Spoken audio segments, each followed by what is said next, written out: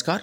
केंद्रीय कर्मचारियों को मिलने वाले सेवानिवृत्ति लाभ कि सेवानिवृत्ति पर क्या क्या लाभ मिलता है और उसके बाद में भी क्या क्या लाभ मिलते रहते हैं, इस वीडियो में चर्चा करने वाले हैं। लेकिन नए हैं तो चैनल को सब्सक्राइब जरूर से करिएगा।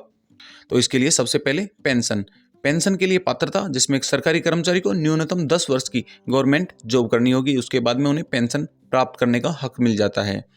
इसके अलावा पारिवारिक पेंशन, कर्मचारी की मृत्यु के बाद में उसकी विधवा को पेंशन प्राप्त होती है। अगर विधवा नहीं है तो बच्चों को पेंशन दी जाती है।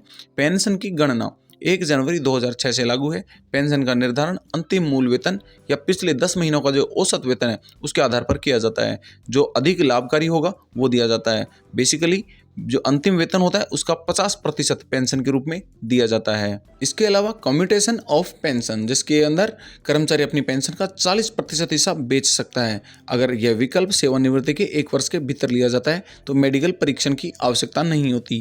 1 वर्ष के बाद यदि विकल्प लिया जाता है तो कर्मचारी को मेडिकल परीक्षण से गुजरना होता है। वहीं कम्यूटेशन रिस्टोरेशन की बात करें तो पेंशन का जो अग्रिम हिस्सा किया गया था वो 15 साल बाद पुनर्स्थापित किया जाता है। महंगाई राहत हमेशा मूल पेंशन में लागू होती है। वहीं डेथ कम रिटायरमेंट ग्रेजुइटी, जिसमें पात्रता के लिए कम से कम 5 वर्षों की सेवा होनी चाहिए, जिसकी अधिकतम सीमा 25 लाख रुपए है और सेवा अवधि 33 वर्षों या उससे अधिक होगी तो 16.5 गुना जो मूल वेतन होगा उसका और महंगाई भत्ते के बराबर राशि दी जाती है। डेथ ग्रेच्युटी की बात करें तो कर्मचारी की मृत्यु के बाद में परिवार को एक बार राशि दी जाती है।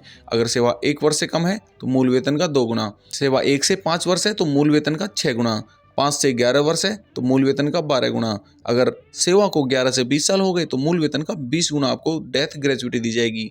अगर सेवा आपकी 20 साल से अधिक हो गई है तो मूल वेतन का 33 गुना डेथ ग्रेच्युटी के रूप में आपके परिवार को दिया जाएगा। वहीं अधिकतम राशि 25 लाख रुपए जो 1 जनवरी 2024 से लागू है, आपको एक साथ डेथ ग्रेच्युटी के रूप में दी जा सकती है।